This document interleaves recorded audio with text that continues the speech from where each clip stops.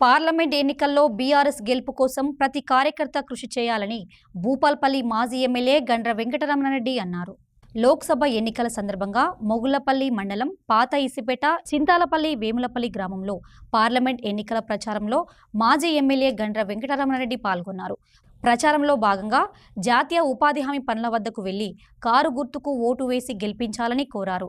ఈ కార్యక్రమంలో మొగుళ్లపల్లి మండల గ్రామస్థాయి కార్యకర్తలు, నాయకులు, ప్రజాప్రతినిధులు పాల్గొన్నారు. వ్యవసాయ రంగం సంక్షోభం వైపు పరిగెత్తా ఉన్నది. గతంలో ప్రతి చెరువులో నీళ్లు ఉండేది, ఎండాకాలంలో కూడా. మరి ఇప్పుడు నీళ్లు లేకుండా పోయినాయి. ఎక్కడ పోయినాయి? దానికి కారణం ఏంటంటే ఎస్ఆర్ఎస్పి కాలువ నీళ్లు మనకు రావాల్సిన వాటా, మనకు రావాల్సిన నీళ్లు మనకు రాలే.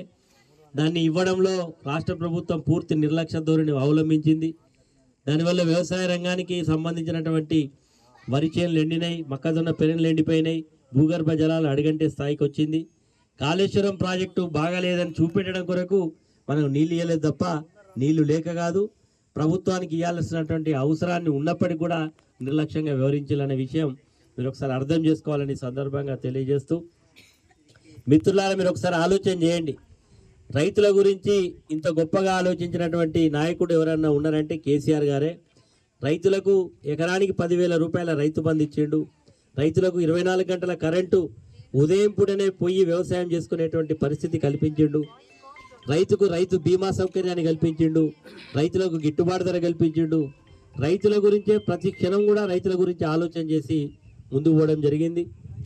అదేవిధంగా కుల వృత్తులు చేసుకున్న వాళ్ళ గురించి ఆలోచన చేసిండు. చెరువుల మీద పూర్తి హక్కులు ముదిరాజులకు ఇచ్చిండు, చేప పిల్లలు ఇచ్చిండు, యాదవులకు గొర్రెలు ఇచ్చిండు. ఈ రకంగా ప్రతి కార్యక్రమాన్ని ప్రజా సంక్షేమానికే పనిచేయడం జరిగింది.